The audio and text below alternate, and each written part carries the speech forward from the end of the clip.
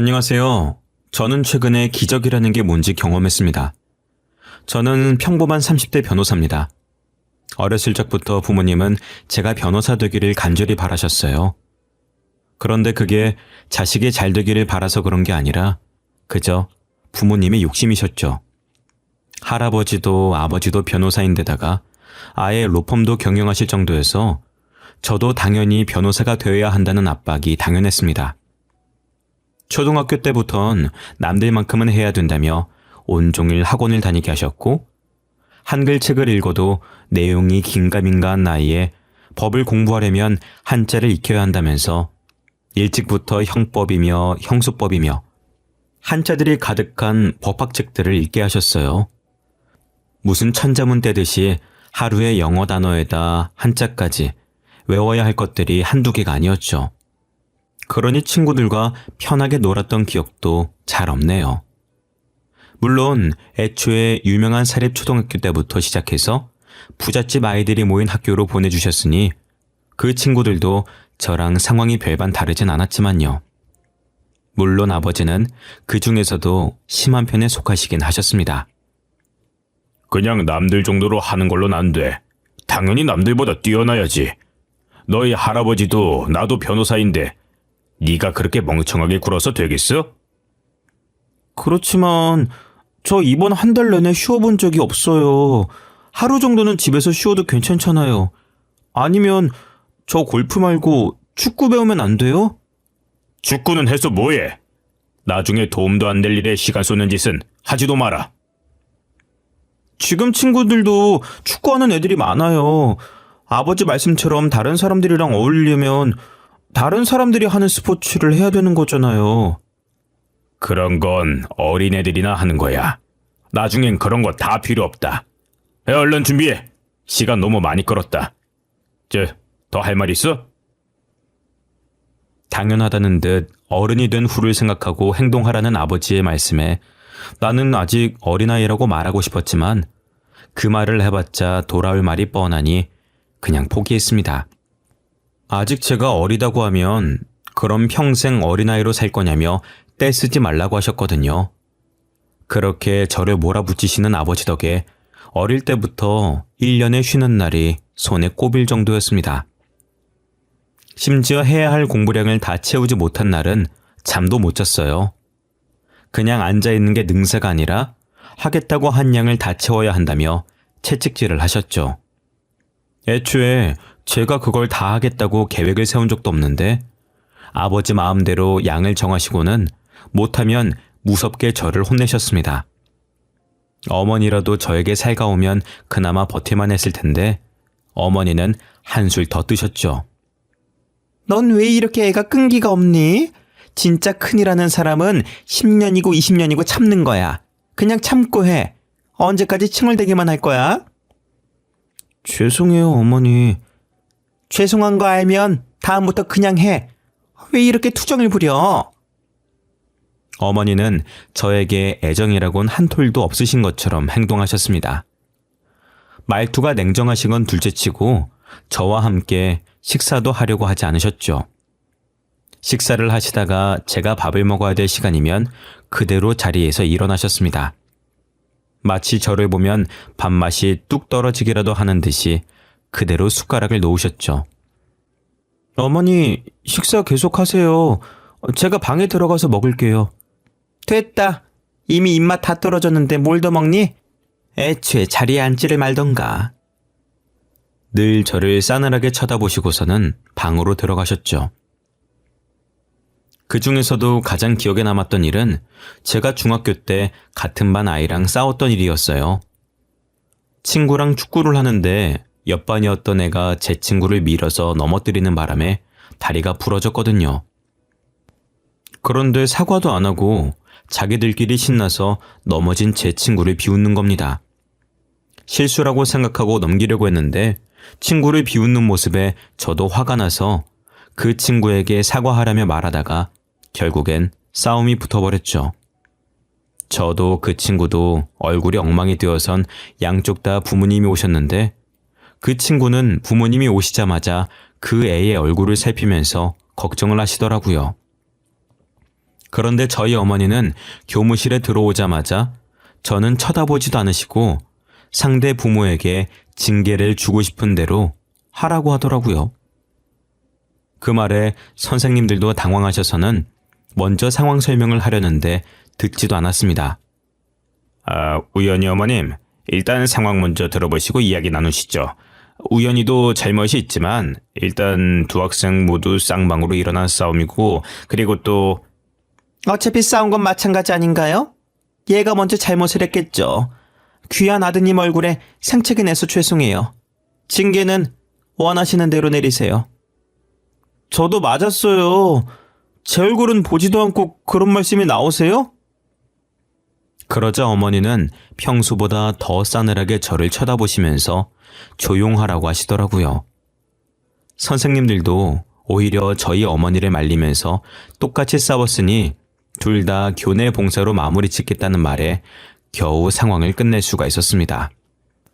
싸웠던 애한테도 그 부모님에게도 불쌍하다는 듯 동정의 눈길을 받으면서요. 두 사람 모두 심하게 다친 것도 아니고 우현이가 먼저 싸움을 걸어오긴 했지만 친구가 다친 걸 보고 사과도 안 하는 모습 때문에 그런 거니까 교내 봉사 20시간 정도 어떤가요? 네, 그렇게 하죠.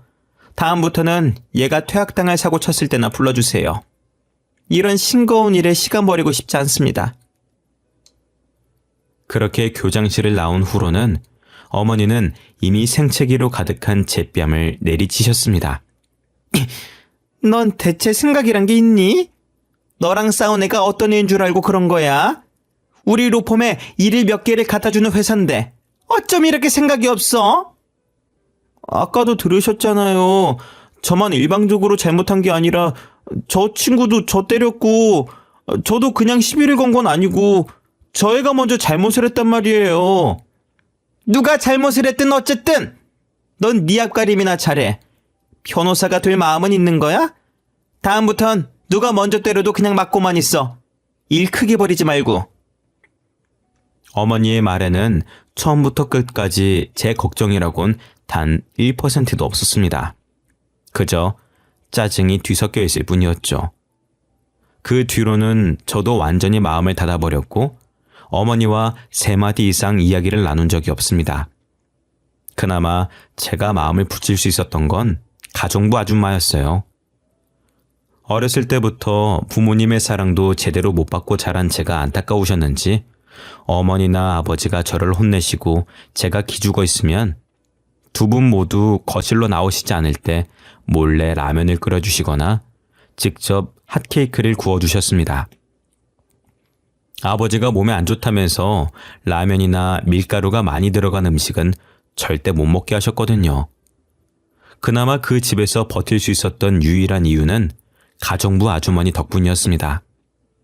그렇게 고등학교까지 마치고 아버지가 바라시던 법대를 들어갔습니다.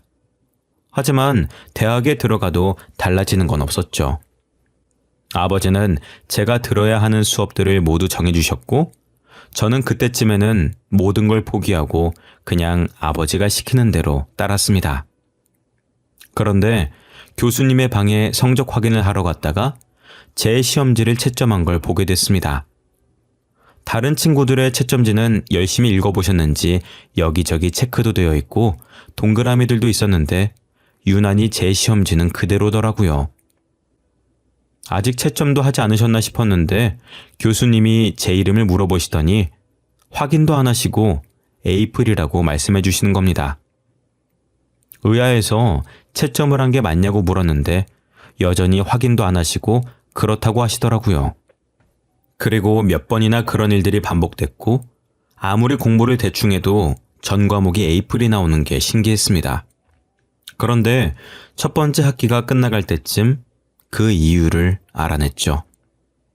교수님의 방에 들어갔다가 책상 한편에 저희 아버지의 명함을 발견했거든요. 이게 왜 있는 건가 이상하다 생각했었는데 알고 보니 아버지가 그동안 교수들에게 돈을 주고 제 성적을 부탁하신 거였습니다. 아버지가 들으라고 하는 수업만 들은 게 아버지가 매수에 성공한 교수들이었던 거죠. 저는 법을 가르치고 변호사까지 하는 사람들이 이렇게 비양심적일 거라고는 상상도 못했습니다. 아버지에게 저는 그냥 하나의 꼭두각시 중에 하나였을 뿐이었다는 거였죠. 교수님께 따지자 교수님은 오히려 저에게 몰랐냐는 듯이 물어보시더라고요. 교수님, 여기에 저희 아버지 명함이 왜 있어요? 저희 아버지랑 아는 사이세요? 아버님이 네 성적 부탁하고 가셨잖아. 너 몰랐어? 난 네가 나 감시하려고 매번 와서 성적 물어보는 줄 알았는데. 저희 아버지가요? 그게 무슨 말씀이세요? 아이고, 내가 말을 잘못했구나. 그냥 못 들은 걸로 해라. 아버지한테는 아무 말 하지 마. 알았지? 그 말을 들으니 그동안 제가 얼마나 멍청했는지 알았죠. 저는 화가 나서 그대로 아버지 회사로 찾아가 따져 물었습니다. 아버지, 지금까지 돈으로 교수님들 매수해서 제 성적 좋게 주라고 하셨어요? 그걸 이제 알았냐? 아직 로스쿨에 간 것도 아닌데 거기서부터 뒤처지면 어쩌려고 그래. 학교 성적도 좋아야 로스쿨 입학도 할 수 있지. 그건 제가 알아서 할 문제죠. 아버지가 왜 거기에 개입을 해요? 네가 알아서 잘 못하니까 그렇지. 넌 대체 누굴 닮아서 머리가 떨어지는 거야? 이제 제가 무슨 수업을 신청하든 신경 쓰지 마세요. 계속 그렇게 돈으로 성적 매수하실 거면 전 교수들한테 사과 한 박스씩 돌려보시던가요. 저는 그 이후로 아버지가 제 성적이며 제 수강 기록도 못 보도록 철저하게 숨겼고 성적이 뚝 떨어지긴 했지만 처음으로 제 마음대로 하고 그에 대한 책임도 졌습니다. 성적이 떨어진 건 아쉬운 일이지만 그렇게 성적을 쉽게 높여서 로스쿨에 간다고 해봤자 거기서 뒤처지기밖에 더 하겠어요? 차라리 일찍 알아서 다행이라고 생각했죠. 그 후로 아버지가 제 일에 더 이상 참견하려고 할 때마다 저도 대들었고 대학을 졸업할 때쯤에는 아버지도 제가 알아서 하라며 포기하셨습니다. 그 후로 저는 졸업을 하고 무사히 로스쿨에 들어갔고 로스쿨 졸업 후 변호사가 되었습니다. 솔직히 변호사는 아버지의 희망사항이었으니 제가 바라는 게 정말 변호사가 맞는지 로스쿨에 들어가는 것도 고민스러웠었는데 결국엔 그동안 아버지의 수많은 변호를 맡다 보니 변호사 말고는 마음에 끌리는 게 없긴 하더라고요. 지금은 금액이 큰 사건 위주로 맡으시긴 하지만 원래는 억울하게 누명을 쓴 피의자를 변호하는 일도 많으셨거든요. 그런 멋진 모습을 보며 자랐으니 마음이 끌릴 수밖에 없더라고요. 변호사가 된 후로 아버지와 로펌에 들어가 일을 배우면서도 딱히 아버지와 마주칠 일은 없었습니다. 다 같이 회식을 해도 아버지는 잘 참석도 하지 않으셔서 더 그랬죠.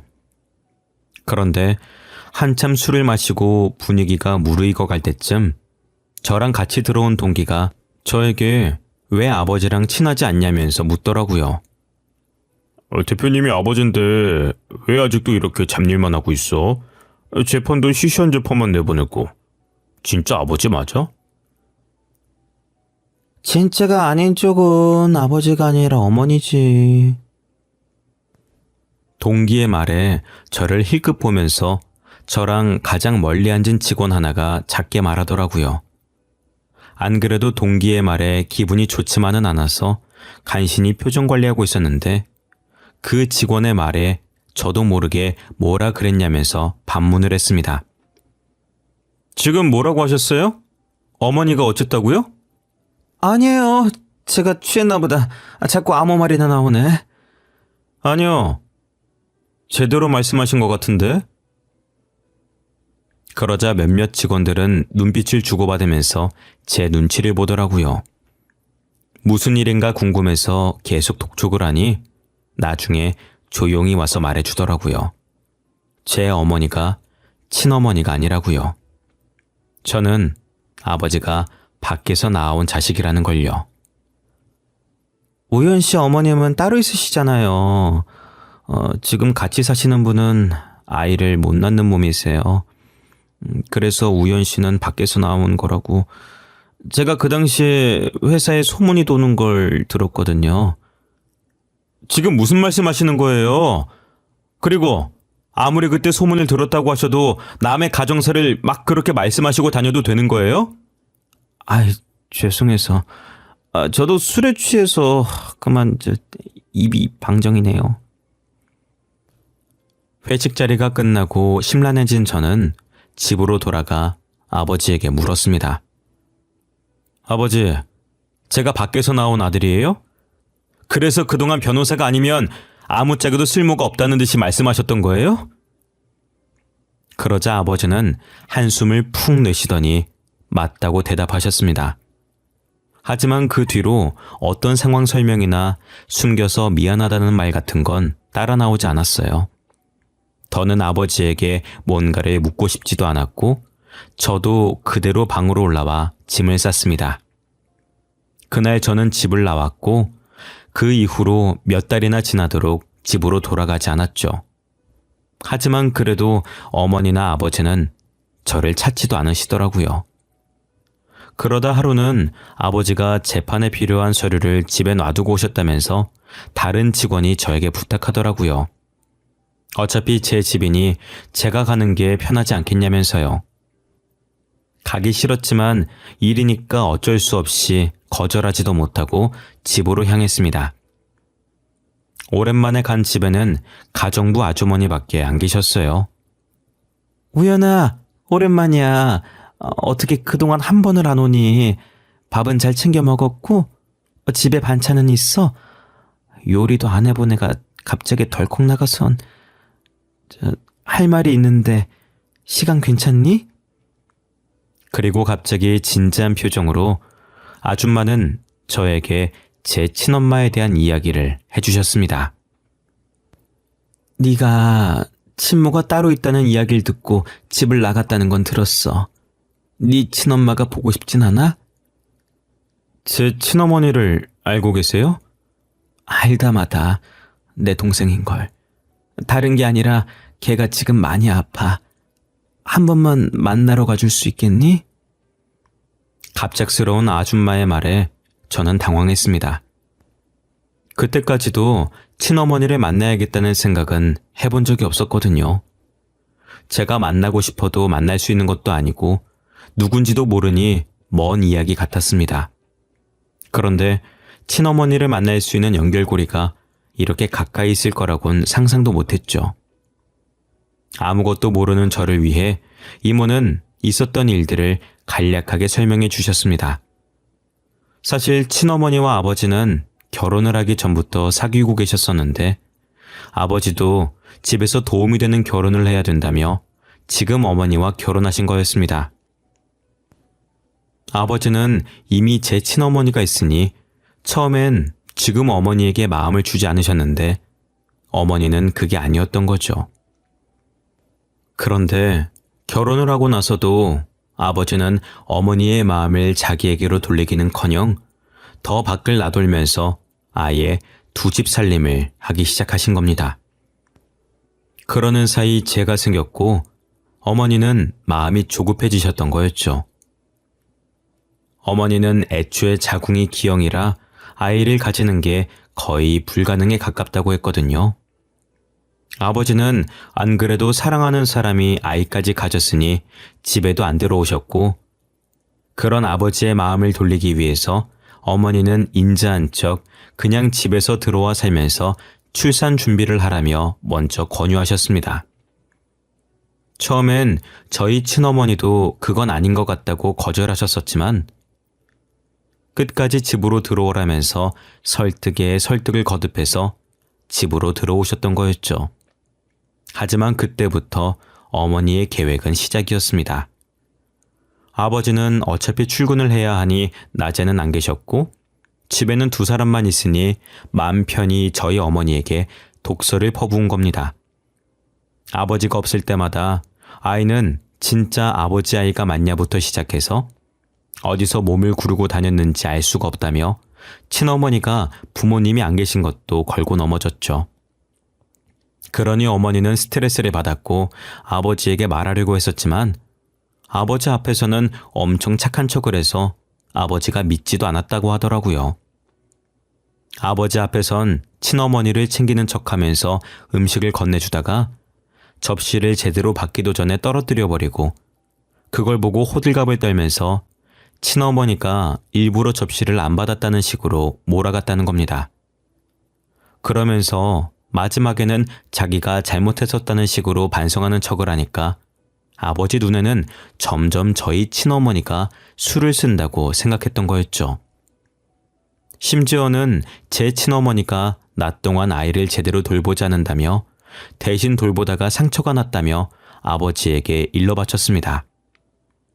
사실은 강제로 친어머니가 안고 있던 저를 빼앗으려다가 제가 할퀴는 자국이었지만 아버지는 이미 어머니의 말에 홀라당 넘어가신 후였습니다.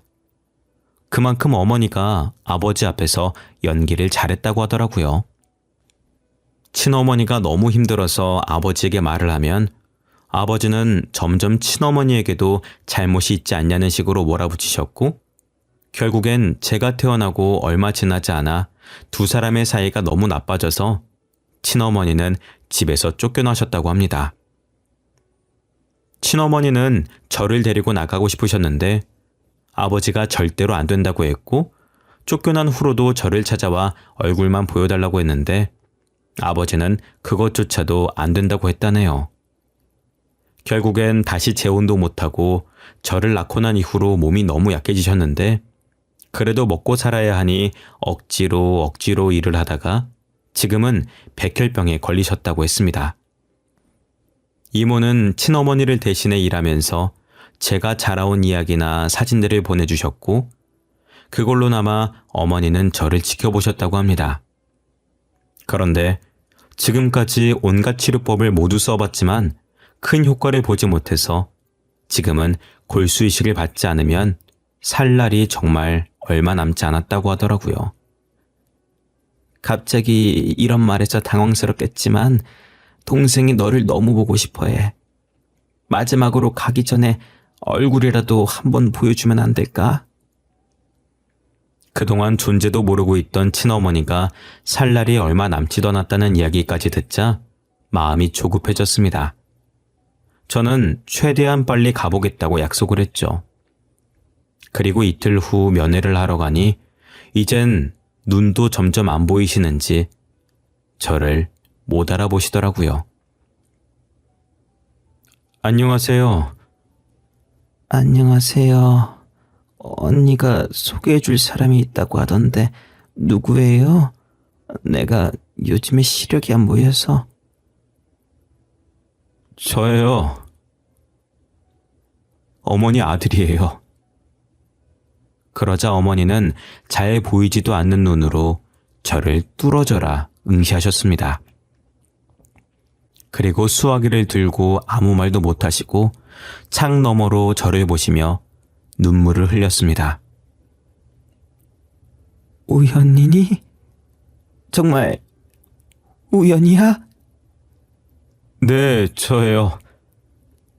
어머님의 존재를 너무 늦게 알았어요. 죄송해요. 그동안 수천 번도 더 입에 담았던 어머니라는 단어가 그날은 왜 그렇게 슬프게만 느껴졌는지. 저도 결국엔 어머니라는 단어에서 목이 메어 더 말을 할 수가 없겠더라고요. 어머니와 저는 한참 동안 서로를 바라보면서 눈물만 흘리다가 면회 시간을 보냈습니다. 그 후로 저는 매일같이 어머니를 찾아가 면회를 했습니다. 이미 백혈병으로 눈이 잘 보이시지 않는 어머니를 위해서 조금이라도 더 많이 얼굴을 보여드리고 싶었습니다. 이제 겨우 만났는데 이별을 코앞에 두고 있으니 하루하루 매 시간 1분 1초가 귀하게 느껴졌어요. 혹시나 제 골수라도 맞을까 싶어서 검사를 해봤지만 이식은 불가능했습니다. 제가 자식인데도 골수가 안 맞아요? 검사 다시 한 번만 해보면 안 될까요? 검사를 다시 한다고 해서 결과가 달라지는 건 아니에요. 보호자분 마음도 충분히 이해는 하지만 새로운 기증자를 기다리는 수밖에 없습니다. 결국 제가 할 수 있는 건 아무것도 없다는 말에 너무 제 스스로에게 화가 났습니다. 그 몇 달 동안 왜 친어머니를 찾으려고 하지 않았을까 하는 후회도 들었고요. 그동안 제게 사실을 알려주지 않았던 아버지도 너무 미웠습니다. 어머니에 대한 언질이라도 주셨다면, 혹은 어머니가 저를 찾아왔을 때 내치지 않으셨다면, 이렇게까지 친어머니를 뒤늦게 만나 후회만 하고 있진 않았을 거라는 생각이 들었거든요. 아무리 생각해도 원망이 가라앉지 않아 결국엔 아버지를 찾아가 따져 물었습니다. 아버지, 그동안 저한테 왜 숨기셨어요? 왜 진작에 친어머니가 따로 있다는 말씀은 안 하셨어요? 친어머니, 낳아주면 그게 다 친엄만 줄 알아? 널 낳은 건 그 여자겠지만 널 기른 건 네 엄마야. 길러준 은혜도 모르고. 그래서 이제 친엄마가 보고 싶기라도 한 거야? 네, 보고 싶어서 뵙고 왔습니다. 아버지는 그래도 한때 사랑했던 여자인데 보고 싶지도 않으세요? 이제 세상에 살아계실 날도 많지 않으세요? 그러자 아버지는 흠칫 저를 쳐다보시더니 다시 표정을 바꾸시고는 신경도 안 쓴다는 듯이 말씀하셨습니다. 그런 여자가 내가 상관할 게 뭐냐? 에? 어차피 세상을 뜰 사람이면 너도 신경 끄고 네 인생 살아. 제 인생은 제가 할게요. 아버지처럼 거짓말에 휘둘리는 인생은 안 살아야죠. 아버지는 그 말을 듣고 화를 내시려 자리에서 벌떡 일어나셨지만 저는 그러든 말든 신경도 쓰지 않고 방문을 쾅 닫고 나와버렸습니다. 그 후로도 어머니는 하루하루 살아가시는 게 아니라 죽어가시는 중이셨고 제 앞에선 희미하게 웃고 계셨지만 그 너머에 보이는 고통이 보일 때면 이렇게 손 놓고 아무것도 할 수 없다는 게 너무 무기력해졌습니다. 그러던 하루는 제가 어머니의 면회를 마치고 나왔을 때 병원 앞에 있는 아버지를 마주쳤습니다. 여기는 어쩐 일이세요? 볼 일이 있어서 왔다가 그 여자가 입원해 있는 병원이라길래 이제 네 발목 그만 잡으라고 말하러 왔다. 제 발목을 잡다뇨?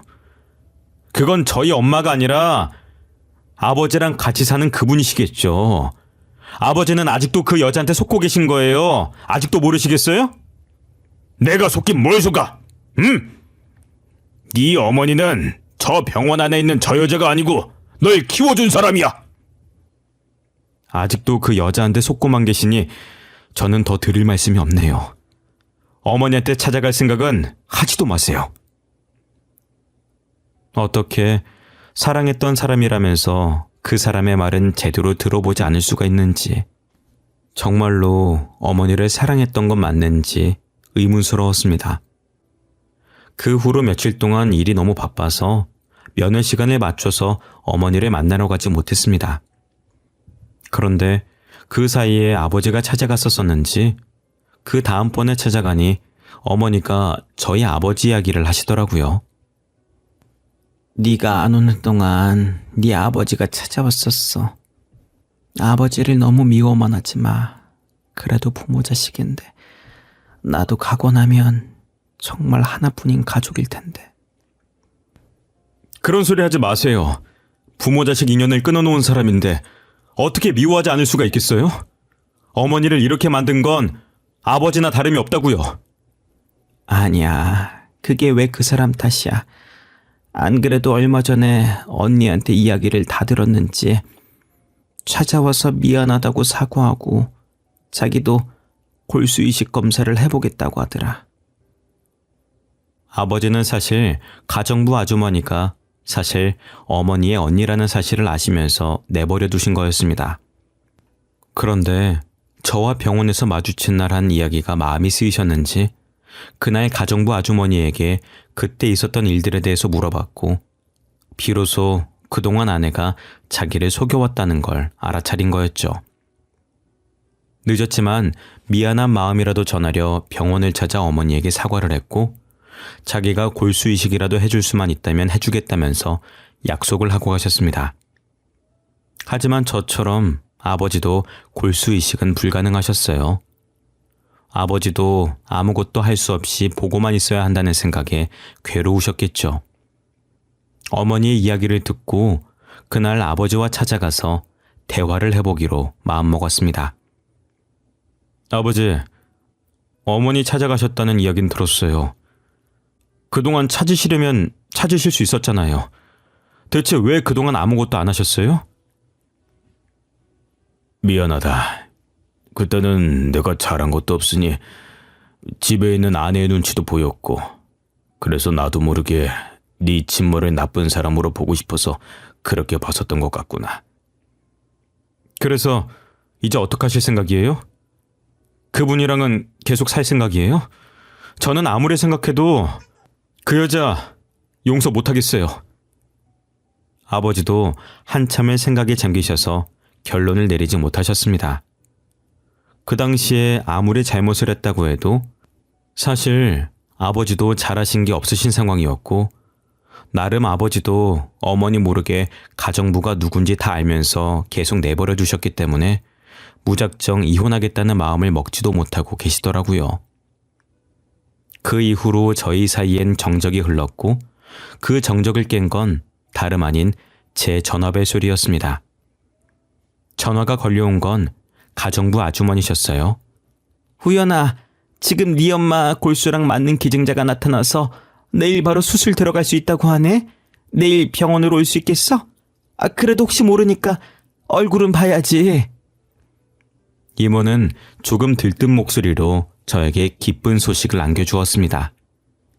그 소식을 들은 아버지와 저는 안도하는 마음에 처음으로 다정하게 껴안고 눈물을 흘렸습니다. 다음날 바로 어머니는 수술에 들어가셨고, 수술도 잘 됐고, 그 후로 어머니는 점차적으로 몸을 회복하셨습니다.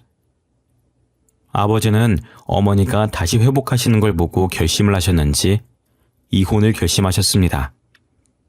처음엔 그 여자가 절대로 안 된다며 거부했지만, 그럼 알아서 하라며 아버지도 집에서 나오시고 가정부며 일하시던 분들도 모두 그만두니 그 큰 집에 쓸쓸히 혼자 있는 건 못 견디겠는지 이혼을 하겠다고 하시더라고요.